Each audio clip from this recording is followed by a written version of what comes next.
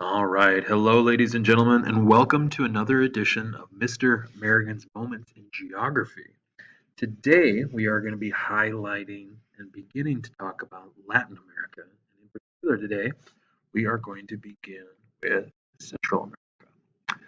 So, we're going to have a couple of sets of learning targets today. In the first set, we're going to be able to identify and describe the political and the physical geography of Central America, including the countries, the climate, and the landforms. And then we're going to shift gears and go more talking about the economics. So we're going to be able to identify the key resources in the economy of Central America. And then from there, we'll see a little bit of a shift to the history in more daily life, get some more of the culture of Central America. So we're going to start with the physical geography. One thing that we should note about this region, as far as the landform, it is an isthmus. It connects North and South America together. It consists of 7 countries. And those countries include Guatemala, Belize, Honduras, El Salvador, Nicaragua, Costa Rica, and Panama. All of those nations make up our Central America. This is a very rugged land. Certainly has its beautiful coasts along the oceans, along the Pacific and certainly along the Caribbean Sea. Um, and a big part of that ruggedness is due to the Central Highlands, which is a volcanic group of mountains. And these mountains do create some issues with transportation. It's certainly makes it difficult to travel through. It also can make communication very difficult as it becomes more and more challenging to have things like cellular technology and other forms of communication like internet and other things that are a little bit more challenging because of the Central Highlands. It also, because this is where plates have met, makes it very vulnerable to earthquakes. So it's certainly another area of the world that is um, very vulnerable to that as well. Looking at their climate, it's mostly tropical with over 100 inches of rain, so we're definitely looking at a tropical rainforest. Um, and we see that per year, of course, especially as you get nearer to the Caribbean. Temperatures do tend to cool as you get to the Central Highlands. So just like we discussed in our video regarding the climate of Mexico, you're going to have those different levels depending on your elevation. So switching to the economy now, the economics of Central America rely on largely 4 different areas. The first one up here is agriculture. This part of the world was originally colonized um, for its capabilities of agriculture, in particular sugar. Um, and we see that continued renewal of agriculture both in commercial as well as subsistence farming. So both certainly exist here. Tourism also obviously plays a massive role. Gorgeous beaches, beautiful rainforests. Many people come to Central America um, for the landscape, and that's that growing industry of ecotourism. Industry starting to also grow here, especially in nations like Costa Rica, and is certainly, when it comes to electronics, starting to develop. And then, of course, you have the Panama Canal, which, of course, connects trade between the Atlantic and the Pacific. So just to give you an example of ecotourism, this is a treehouse that you can rent to really get a sense of being closer to the canopy in Costa Rica's rainforest. So as far as the other products that we will see being harvested in Central America, you'll see certainly wood from the rainforest, woods like mahogany and rosewood, which is featured here in the upper right-hand corner because of its color, are both very common as far as the lumber industry goes. Certainly bananas, coffee, cotton, sugar, and of course flowers and plants from this region year-round are also quite common. Costa Rica probably has the most varied economy of these nations, um, and also has the highest standard of living as well as the highest literacy rate. And so when we kind of look at some of the big exports, what are countries selling to others? For Guatemala, that's clothing. You have some oil reserves here as well. For Honduras and Nicaragua, the largest thing, of course, is textiles, is clothing. But for Costa Rica, one of their largest exports, and it's certainly growing, is electronics. So electronic goods. And so certainly you're starting to see this economy diversify itself. We'll shift gears now. We're going to kind of head into that second set of learning objectives. We're going to be able to explain some of the key historical events in Central America, and then we're also going to identify some key parts of the daily life in the countries across Central America. So looking at our past here, much like Mexico, this region of the world was also settled by the Olmecs, and they would have established very similar um, cultures and customs, much like we would have seen when we talked about the Olmec and their settlement of Mexico. So just to give you a time period, that's about 1200 BCE to about 400 BCE, so about 800 years. A reminder that BCE stands for Before Common Era, and CE stands for Common Era.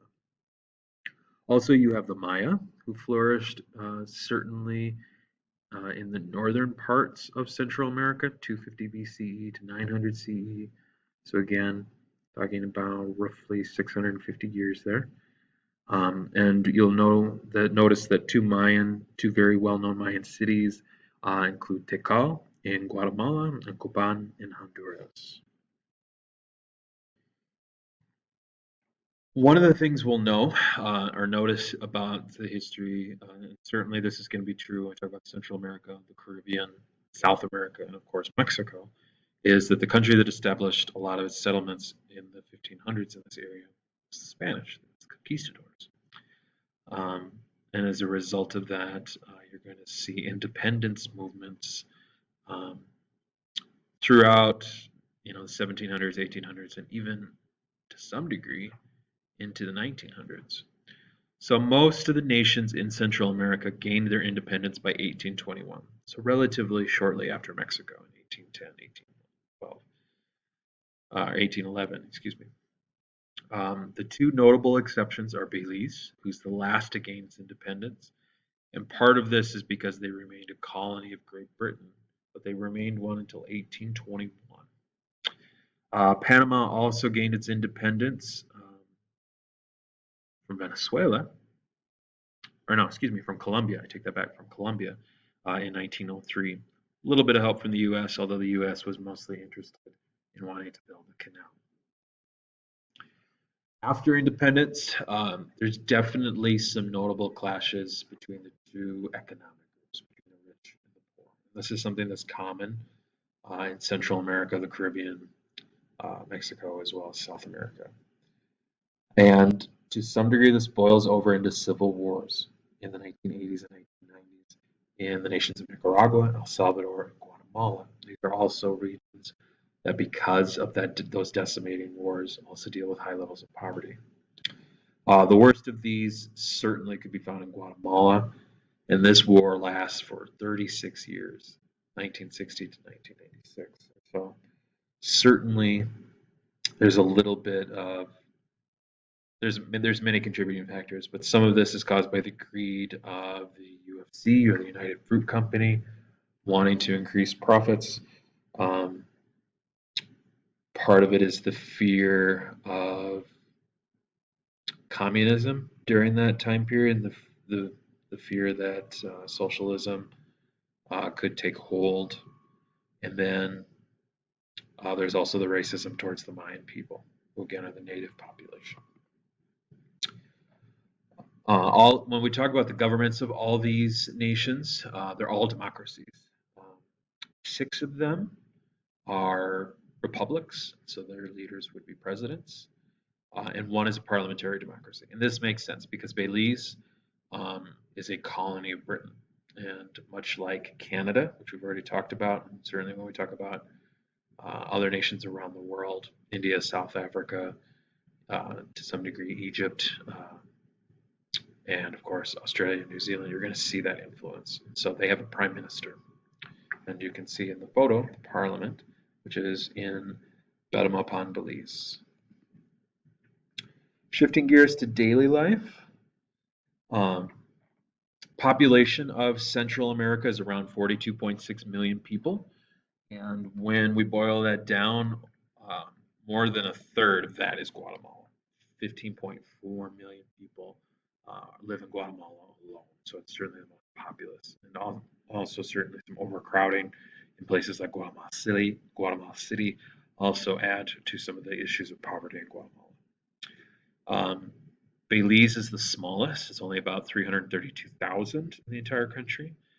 And you see that influence in culture from the Spanish, particularly in language. Spanish is certainly the official language of all of these nations, of course, except Belize, which is English, which again makes sense. It's an English colony. Guatemala City is also your largest city. It's your largest metro area in the region. As far as daily life goes, one of the big celebrations, and especially when we get to Brazil, we'll talk about this a little bit more about Carnival. These celebrations take place before Lent. These are nations that are very Catholic, and again, these are nations, that was brought by the Spanish. Salsa music is also um, native to this territory.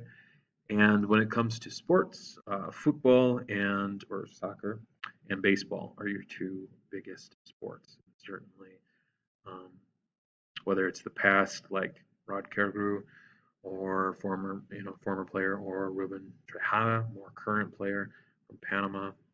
Um, these are you see the influence even in the MLB in the United States, and certainly Central American nations often do very well as far as the World Cup goes. Maybe not as great as South America, though. All right, ladies and gentlemen, that is going to wrap up this edition of Mr. Merrigan's Moments in Geography.